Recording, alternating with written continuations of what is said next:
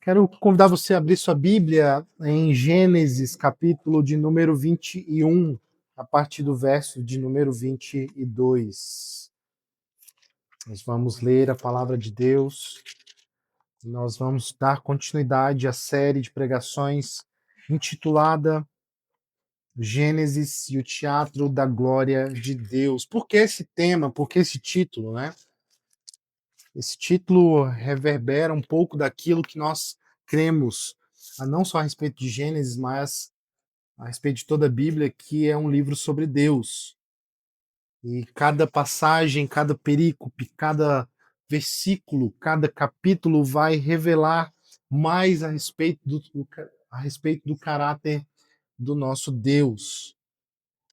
Nessa manhã, confesso a você que se não fosse a crença de que toda a palavra de Deus é inspirada, eu tinha deixado essa passagem passar. Eu tinha deixado ela, né? Não, vou tratar de outro tema, outro assunto, outra passagem.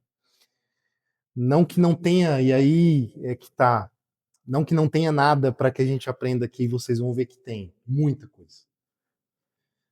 Mas que Deus, ele é um Deus que se revela de uma maneira muito particular em cada passagem. Ele tem ali um propósito. Cada tio, cada pequena palavra tem um porquê de Deus de estar ali na obra da redenção. Eu espero que nessa manhã nós possamos entender alguns aspectos desta passagem e entender a história maior de Deus e também a nossa história dentro dela. Então, assim diz a palavra de Deus, Gênesis 21, 22. Por esse tempo, Abimeleque e Ficol, comandante do seu exército, disseram a Abraão: Deus está com você em tudo que você faz. Portanto, aqui neste lugar, jure por Deus que você não enganará a mim, nem a meu filho, nem a meu neto, e que tratará a mim e a terra em que você tem morado com a mesma bondade com que tratei você. Abraão respondeu: Eu juro. Mas Abraão repreendeu Abimeleque por causa de um poço de água que os servos deste haviam tomado à força. Abimeleque disse: Não sei quem fez isto. Além do mais, você nunca me falou nada, e eu não tinha ouvido nada a respeito a não ser hoje. Então Abraão pegou ovelhas e bois e os deu a Abimeleque. E os dois fizeram uma aliança. Abraão pôs à parte 7 cordeiras do rebanho. Abimeleque perguntou a Abraão: Que significam as 7 cordeiras que você pôs à parte? Abraão respondeu: Você receberá das minhas mãos as 7 cordeiras, para que me sirvam de testemunho de que cavei este poço. Por isso, aquele lugar foi chamado de Berseba, porque ali os dois fizeram um juramento. Assim fizeram aliança em Berseba. Depois, Abimeleque e Ficol, comandante do seu exército, voltaram às terras dos filisteus. Abraão plantou uma tamargueira em Berseba e invocou ali o nome do Senhor, o Deus eterno. E por muito tempo, Abraão morou na terra dos filisteus. Vamos orar mais uma vez. Senhor Deus, tua palavra, ela é viva, eficaz. Tua palavra é verdadeira. Nós queremos ouvir tua voz, queremos ouvir o que teu Espírito, ao inspirar essas palavras, quer nos dizer, e o que elas têm para nos ensinar e exortar e a nos conduzir a Cristo nessa manhã. Nos ajude. Em nome de Jesus, oramos. Amém. Nas últimas semanas, nós temos acompanhado a jornada do peregrino Abraão em direção às promessas de Deus.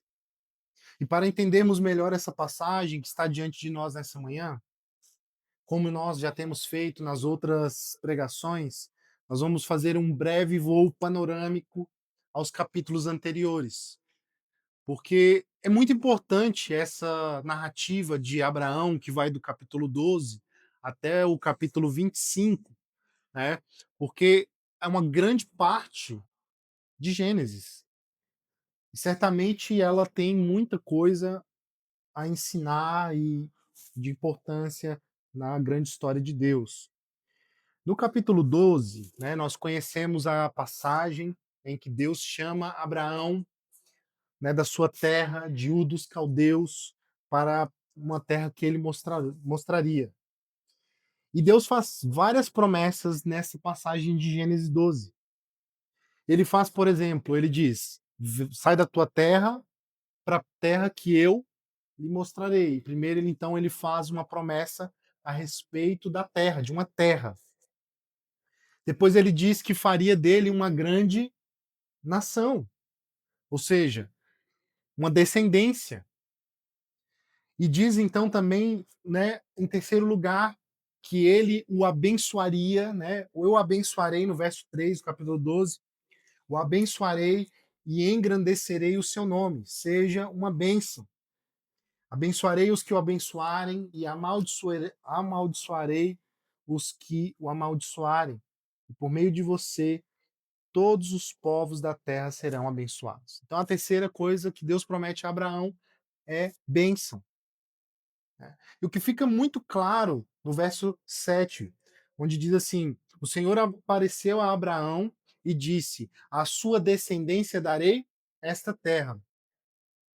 Abraão construiu ali um altar dedicado ao Senhor que lhe havia aparecido. Então a questão aqui, né, o dilema, né, desde o capítulo 12 até agora, é o grande dilema das promessas de Deus em relação a Abraão. Será que Abraão, né, quanto mais vai passando a idade, mais vai ficando difícil, vai ficando nebuloso a respeito de será que Deus vai cumprir suas promessas? Será que vai de fato Abraão receber a terra? Vai de fato receber o descendente? E em toda a sua peregrinação, nós temos visto os desafios relacionados principalmente à descendência, né? Nós vimos que eles vão ficando velhos e Abraão pergunta a Deus: será que então vai ser o Eliezer, um servo da minha casa, que vai ser aquele então que vai ser da parte da minha descendência? Deus diz: não, será de você mesmo. Aí ele tem uma grande e brilhante ideia. Na verdade, Sara, e ele compra essa ideia, né? Então pega uma serva, pega a minha serva, e a partir dela, então, vamos ter a descendência. E Deus diz: não, não é isso. É por meio de Sara. E então, na semana passada, nós finalmente tivemos notícia de que Isaac nasceu. Finalmente Isaac nasce, alegria na casa, mas ao mesmo tempo Ismael é mandado embora. Mas agora então, né, semana passada vimos que Deus cumpre suas promessas. Deus cumpre sua palavra, que Deus cumpre aquilo que diz. Mas agora nesta passagem nós veremos que as promessas do Senhor, outras promessas dessas que nós mencionamos, vão ser ressaltadas como cumpridas na vida do peregrino Abraão. Nós vamos ver isso em três movimentos. Primeiro deles, nós vamos ver que Deus está com Abraão. Em segundo lugar, nós vamos ver uma aliança que Abraão faz com Abimeleque. E em terceiro lugar, nós vamos ver descanso e adoração do peregrino. Então vamos ver primeiro que Deus está com Abraão. Moisés, ele deixa claro que Deus tem abençoado a Abraão. Olha comigo o verso primeiro do capítulo que nós estamos lendo, 21. O Senhor, perdão, capítulo 1 não, verso 22. O capítulo O verso 22 diz assim: Por esse tempo, Abimeleque e Ficol, o comandante do seu exército, disseram a Abraão: Deus está com você em tudo o que você faz. Essa é uma maneira de Moisés ressaltar aqui que, de fato, a bênção de Deus está sobre o patriarca, de que ele, de fato, abençoaria aqueles que o abençoassem e que amaldiçoaria aqueles que o amaldiçoassem. O rei ímpio, Abimeleque, chega então com o seu exército, né, com seu comandante do exército, ficou declarando saber que Deus está com Abraão em tudo. A aproximação deles ressalta de fato a grandeza e o poder de Abraão. Nos relembra do capítulo 14, em que Abraão sai com os 318 e então empreende uma caçada militar e ele vence então aqueles reis orientais. Ele então recupera, né, o seu sobrinho Ló e os despojos de Sodoma. Então mostra e ressalta que de fato Deus está com Abraão. Abraão de fato é grande, é poderoso, é como um rei da terra prometida, apesar de ele ainda não ter recebido a promessa de Deus em relação à terra. Então, por tudo também que acontece no capítulo 20, entre Abraão e Abimeleque. Se você se lembra, estava aqui, se você não estava, eu quero relembrar você, de que no capítulo 20 já teve um encontro com Abimeleque, esse rei de Gerar, em que Abraão se apresenta a ele, né, e ele engana ele, dizendo: Olha, na verdade, Sara é minha irmã, né, e aí ele traz Sara para o harém, e ao trazer ela para o harém, Deus se revela a ele em sonho e mostra para ele que era para ele não se relacionar com Sara porque ela era casada. Então, Deus diz a ele, né, Abimeleque, peça a Abraão para que ele ore por você, pois ele é profeta. Então, tudo isso faz com que Abimeleque, ver aquilo que Deus tem feito na vida de Abraão, faça com que ele se aproxime de Abraão e diga: Você, Deus está com você. Deus está com você. E esse início também, ele leva também para a gente a um leve contraste com a passagem anterior que nós consideramos, né, ainda no capítulo 21, de que Deus despede Ismael. E a gente fica com o coração partido nessa passagem, porque nós vemos Ismael sendo despedido e sua mãe se distancia dele para que ela não veja ele morrer. Mas Deus provê um poço, mostra para ela um poço, e ela então dá de beber a ele e mostra que Deus ouviu o choro de Ismael. E na semana passada nós focamos um pouco em ver quanto que até mesmo aqueles que não estão numa aliança com Deus, que não fazem parte do pacto, que não estão da linhagem escolhida, Deus ainda ouve as aflições dos ímpios. Deus ainda dá boas coisas, boas dádivas às pessoas por meio de sua graça comum.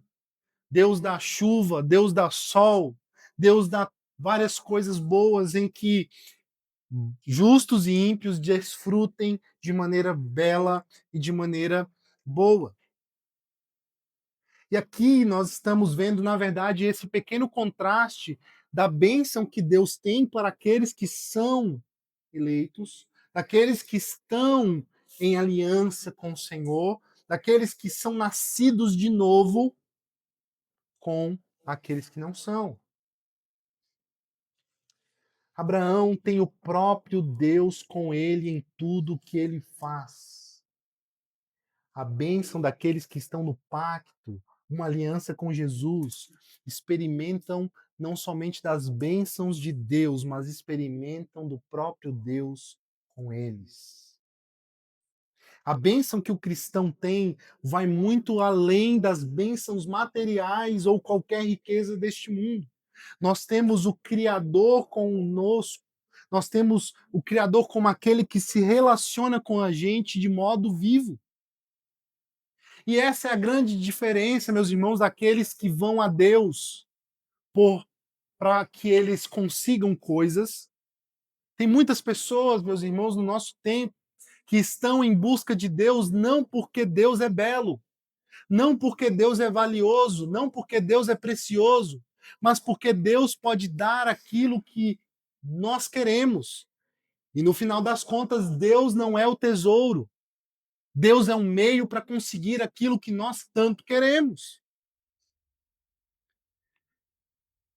Moisés está nos lembrando de que a presença do Senhor perdida no Éden pode ainda ser desfrutada em um relacionamento de aliança. E essa verdade é crescente e se expande ao longo da Bíblia. O tabernáculo que Moisés está escrevendo aqui, o Pentateuco, e ele vai descrever o tabernáculo que expressava a presença de Deus no meio do povo. Então, Deus habitando no meio do povo. Posteriormente, o templo seria construído e mostra a glória de Deus habitando novamente no meio do povo. Até que esse templo é destruído. E então a nova glória prometida, Ageu 2:9 diz assim: a glória deste novo templo será maior do que a do antigo, diz o Senhor dos Exércitos. E neste lugar estabelecerei a paz, declara o Senhor dos Exércitos. Só que o problema é que alguns pensam que esse novo templo seria construído por mãos humanas. E então eles acham, eles estão esperando, olha, vai ser construído um novo templo, e quando construísse esse templo, então finalmente Deus virá e habitará.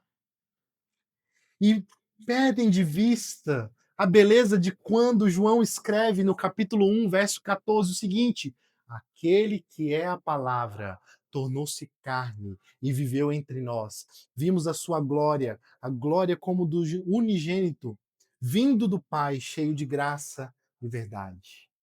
E o verbo que João escreve aqui, a gente poderia talvez traduzir de uma melhor maneira o seguinte: aquele que é a palavra tabernaculou entre nós. Tabernaculou. Deus, Emanuel, entre nós.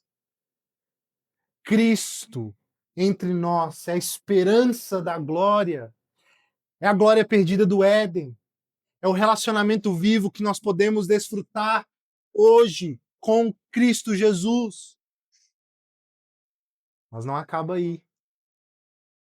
Cristo, quando ele é assunto aos céus, antes disso ele promete que ele e o Pai enviariam o seu Espírito para habitar no meio do seu povo. O Espírito Santo, o Consolador, finalmente habitaria no seu povo, na reunião dos santos, dentro de nós. Mas não acabou. Nós agora olhamos para o futuro em que isso será ainda mais palpável, mais belo, mais visível, quando Apocalipse 21, versos de 1 a 3 nos lembram: então vi novos céus e nova terra, pois o primeiro céu e a primeira terra tinham passado e o mar já não existia. Vi a cidade santa, a nova Jerusalém, que descia dos céus da parte de Deus, preparada como uma noiva, adornada para o seu marido. Ouvi uma forte voz que vinha do trono e dizia: agora o tabernáculo de Deus está com os homens, com os quais ele viverá. Eles serão os seus povos. O próprio Deus estará com eles e será o seu Deus. Meu irmão, minha irmã, Deus está conosco em tudo que fazemos. É a grande bênção que a nossa alma pode desfrutar. Você pode não ter muitas coisas, muitas posses. Você pode não ter muitas coisas que você gostaria talvez de ter, mas se você desfruta do Senhor contigo, você tem a bênção de Deus. Não é se nós temos muitas coisas, é que Deus nos abençoa. Mas se nós temos o Senhor conosco e por nós, isso é fato de alegrarmos. É o fato de nos regozijarmos porque o Senhor, o Criador, tem prazer em se relacionar com a gente. E será que nós temos a visão, o vislumbre dessa grandeza de que é desfrutar de uma comunhão viva com o Senhor? Será que nós aproveitamos? Será que nós organizamos a nossa vida em torno dessa verdade de que o Senhor deseja estar com a gente? Meu irmão, minha irmã, isso não é algo que eu e você buscamos por natureza. Perceba, a narrativa da Bíblia ela aponta para isso. Nós rejeitamos o Senhor e o Senhor continuamente vem e propõe esses encontros verdadeiros e vivos com o seu povo. É Deus que está reconstruindo esse relacionamento. Ele está propondo a nós que nós sejamos então reconciliados com Deus por meio do seu filho Jesus. Mas a passagem continua e nós vamos ao segundo ponto, a aliança com Abimeleque, né? Então nós vimos aqui de que o Senhor está com Abraão, e aí a gente vê agora o portanto, verso 23. Portanto, aqui neste lugar, jure por Deus que você não enganará a mim, nem a minha descendência. Então Abimeleque está preocupado que Deus está com ele. E se ele então quiser lutar com Abimeleque, as coisas iam ficar complicadas. Então ele já se previne, vai até Abraão e então propõe uma aliança de não agressão.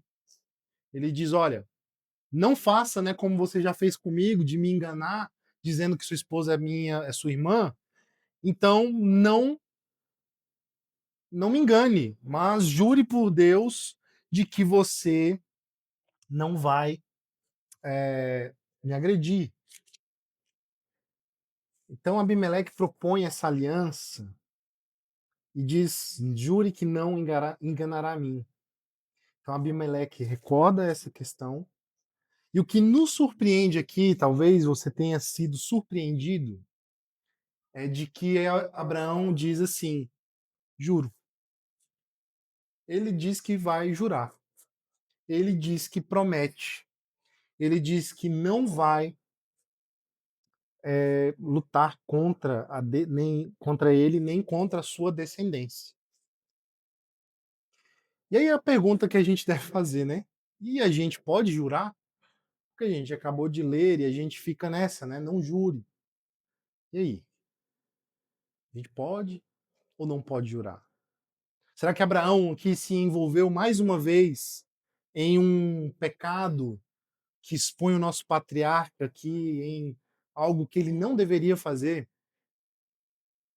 A nossa confissão, ela captura aqui vários aspectos desse tema, né? A Confissão de Fé Batista de 1689, e ela diz assim, eu vou ler aqui os 5 artigos dela que tratam sobre esse assunto. Primeiro, o juramento é legítimo, o juramento legítimo é também um ato de adoração religiosa, pelo qual a pessoa, jurando em verdade, justiça e discernimento, invoca solenemente a Deus como testemunha daquilo que foi jurado, e para que julgue a pessoa de acordo com a veracidade ou falsidade do seu juramento. Segundo, o único nome pelo qual se deve jurar é o nome de Deus, que deve ser usado com santo temor e reverência. Por isso, jurar em vão, ou usado ou temerariamente, por esse nome glorioso e tremendo, ou jurar por qualquer outra coisa constitui um ato pecaminoso e abominável. No entanto, a palavra de Deus autoriza o juramento quando para decidir assuntos de grande importância e peso, para uma confirmação da verdade e para encerrar contendas. Por conseguinte, se a autoridade civil exige um juramento e se este é legítimo, deve ser prestado. Qualquer pessoa que tome um juramento autorizado pela palavra de Deus deve considerar devidamente as implicações de um ato tão solene, para que nada afirme senão aquilo que ela sabe que é verdade, porque juramentos temerários falsos ou em vão constituem uma provocação ao Senhor, e por causa deles a terra se lamenta. 4. O juramento deve ser prestado no sentido claro e explícito das palavras, sem equívocos, sem restrições mentais. O voto não, quinto, o voto não deve ser feito a criatura alguma, mas somente a Deus, e deve ser feito e cumprido com todo cuidado e fidelidade religiosa. Porém, os votos monásticos católicos romanos, voto de celibato, voto de pobreza, voto de obediência, em vez de serem graus de maior perfeição, não passam de armadilhas supersticiosas e iníquas com as quais cristãos nenhum deve embaraçar-se. Mas aí a pergunta, e a palavra de Deus? O que ela diz? O que Jesus diz, por exemplo, quando nós lemos aqui no culto, agora há pouco? Por que Jesus diz não jurem de forma alguma?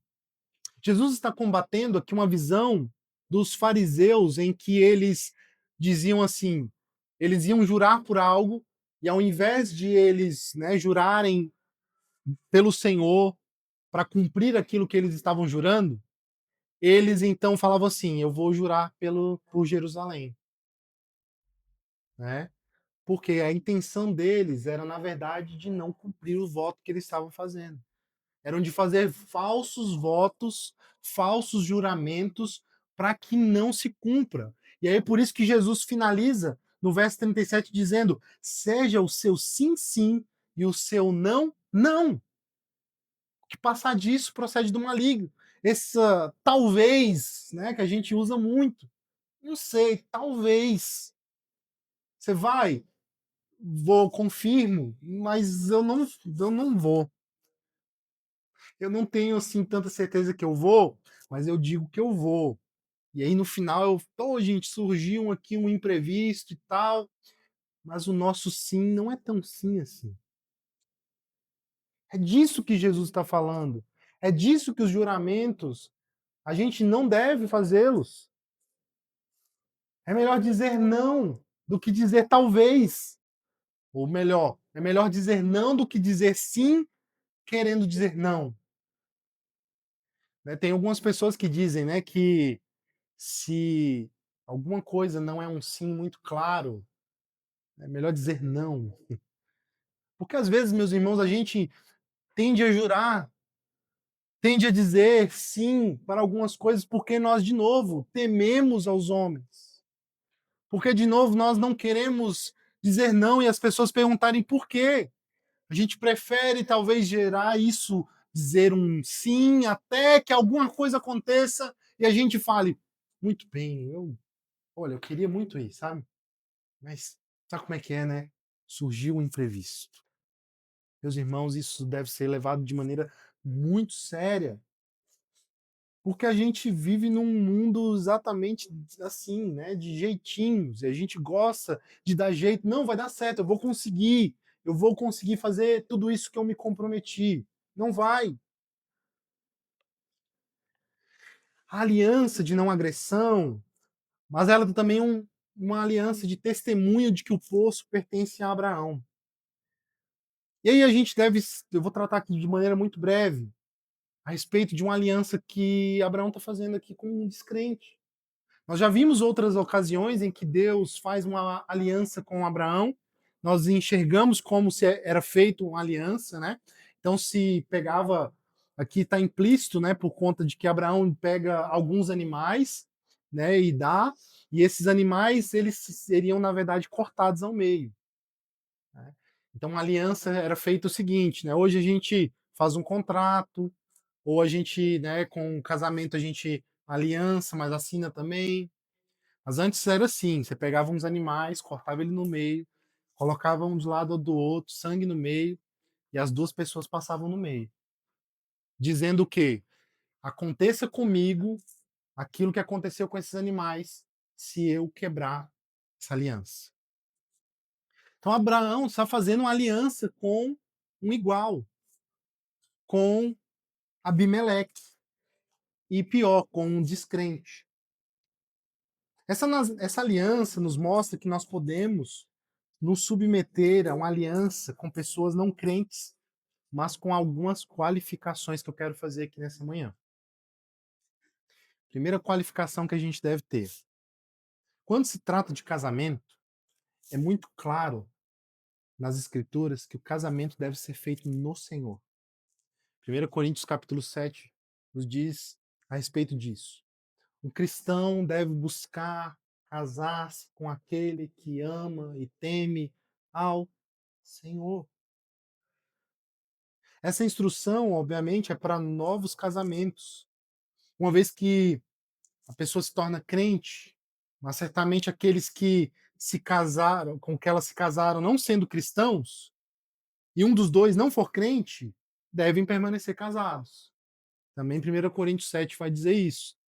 Então, a lógica ela é muito clara e muito simples também na prática.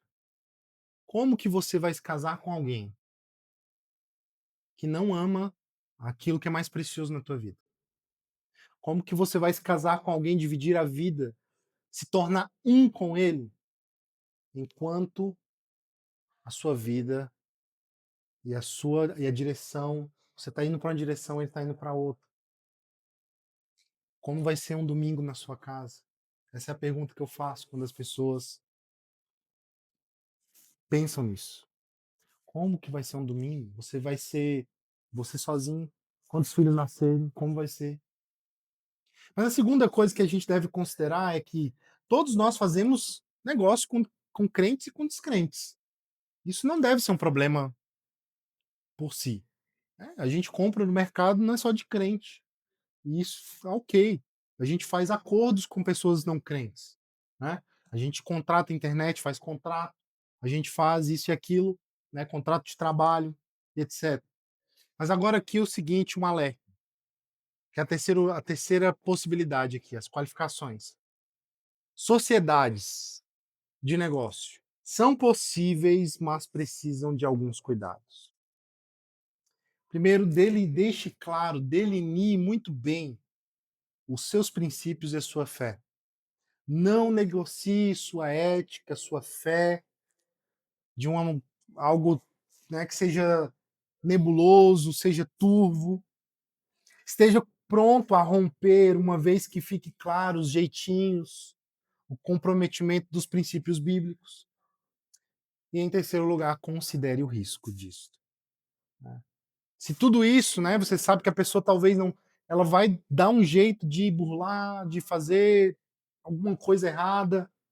Considere se esse risco vale a pena para a sua fé, de você ser envolvido em coisas que não são lícitas. Porque é isso que Abraão está fazendo. Abraão está dizendo assim, tá, mas olha só, os seus servos, eles vieram me tomar o meu poço, tá? Preste atenção. E ele resolve tudo isso aqui e então dá 7 animais para que pudesse ser como testemunha, servir de testemunha de que ele cavou o poço. E algo que é muito curioso aqui nessa passagem é que Abimeleque vê que Deus está com Abraão e vai até Abraão e propõe uma aliança. Hoje em dia, as pessoas olham os cristãos e não querem fazer compromissos, não querem fazer negócios com os cristãos. Isso deve deixar a gente corado de vergonha.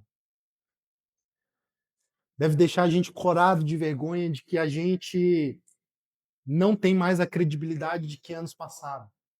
Antigamente, se alguém fazia um negócio com um crente, dizia assim, não preciso nem assinar nada.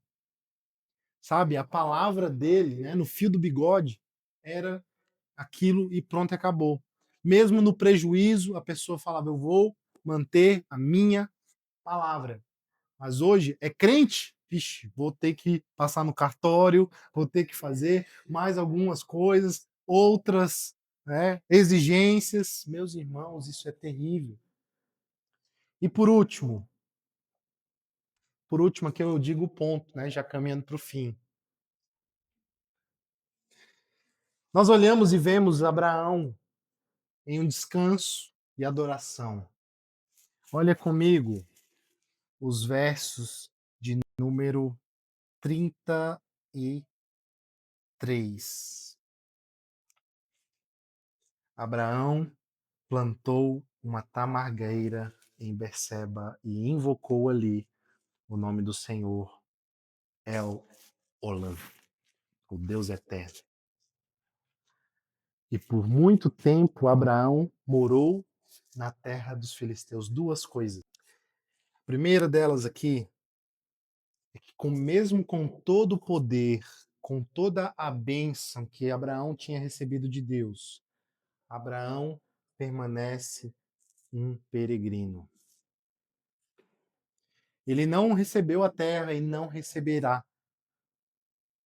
Ele receberá por meio dos seus descendentes. Mas ele mesmo não receberá a terra. E por que que isso não é um problema para Abraão? Por que que ele mantém-se tranquilo, sereno, como um peregrino em terra forasteira? Veja o verso 34, ele morou por muito tempo ainda na terra dos filisteus. A razão é quando nós olhamos Hebreus capítulo 11, versos 9 a 10, que diz assim: pela fé, peregrinou na terra prometida como se estivesse em terra estranha. Viveu em tendas, bem como Isaque e Jacó, co-herdeiros da mesma promessa, pois ele esperava a cidade que tem alicerces, cujo arquiteto e edificador é Deus. A sua esperança, a esperança de Abraão, estava na nova cidade. Seus olhos não estavam meramente nas promessas terrenas, mas naquilo que elas apontam. Abraão não estava dizendo assim: eu quero muita terra, eu quero ser, meu sonho é ser fazendeiro. Ele entendeu que as promessas de Deus relacionadas à terra diziam de um descanso, de uma terra construída pelo próprio Deus. A terra prometida, a nova Jerusalém. Segundo lugar, mesmo assim, enquanto ele esperava pela cidade eterna, Deus dá descanso na jornada. Enquanto nós somos peregrinos e forasteiros nesse mundo, como 1 Pedro vai dizer, enquanto nós caminhamos nessa cidade dos homens, ansiando pela cidade de Deus, enquanto nós estamos em uma peregrinação rumo à cidade celestial, Deus nos dá descanso nessa terra, meus irmãos. Deus nos dá descanso. Olha só o que, que ele faz. Ele planta uma árvore. Ele planta uma árvore e invoca o Senhor, o Deus eterno. O Deus eterno, porque hoje, meus irmãos, hoje, ainda hoje, não precisamos esperar Jesus voltar. Nós podemos hoje descansar, trabalhar e viver a vida em nossa peregrinação, invocando o Senhor, porque Ele é eterno. E por ser eterno, suas promessas também o são. Tanto aqui como para a eternidade. Deus mantém todas as promessas. Há descanso para sua alma. Há descanso na peregrinação. Duas aplicações. Já fizemos algumas. Primeira delas, hoje, ainda hoje, meu irmão, minha irmã, você pode descansar na aliança que Cristo fez contigo. A aliança que ele fez conosco está aqui diante de nós à mesa. Sobre esta aliança no sangue de Jesus, pois nos garante uma cidade que não se perde. E por causa de sua morte e de sua ressurreição, podemos invocar o Senhor e podemos andar com ele já neste tempo. Se você tem peregrinado nesta vida, buscando coisas para ter, posições para assumir, pois só assim se sentirá abençoado por Deus. Eu quero te convidar nessa manhã que você descanse em Cristo. Ele é tudo o que você precisa. Se arrependa das suas falsas confianças, ou de criar um Deus em que você controla e que obedece os seus caprichos. Descanse no Cristo que providenciou para nós descanso para nossa alma. Vinde a mim, todos vocês que estão cansados e sobrecarregados, que eu vos aliviarei. Tomai sobre vós o meu jugo. Aprendei de mim que sou manso e humilde de coração. Inclusive as irmãs estão lendo manso e humilde. Descanse no Senhor. Descanse naquele que tem prazer em nos receber. Segundo, o ímpio Abimeleque reconheceu que o Senhor era com Abraão em tudo o que ele fazia. A pergunta é muito simples. Será que as nossas vidas refletem essa verdade de um relacionamento vivo com o Senhor? A ponto de as pessoas reconhecerem que não são suas habilidades, sua inteligência ou qualquer outra coisa que marca a sua vida como abençoada, mas um vivo relacionamento com Jesus. Vamos orar. Senhor, nós queremos viver e andar contigo na nossa peregrinação rumo à cidade celestial. Nos ajuda. Ajuda-nos a olhar para as tuas promessas e a viver por elas. Porque o Senhor é o Deus eterno. O Deus eterno. Ó Senhor, nós te clamamos, pedimos, ser conosco. Amém.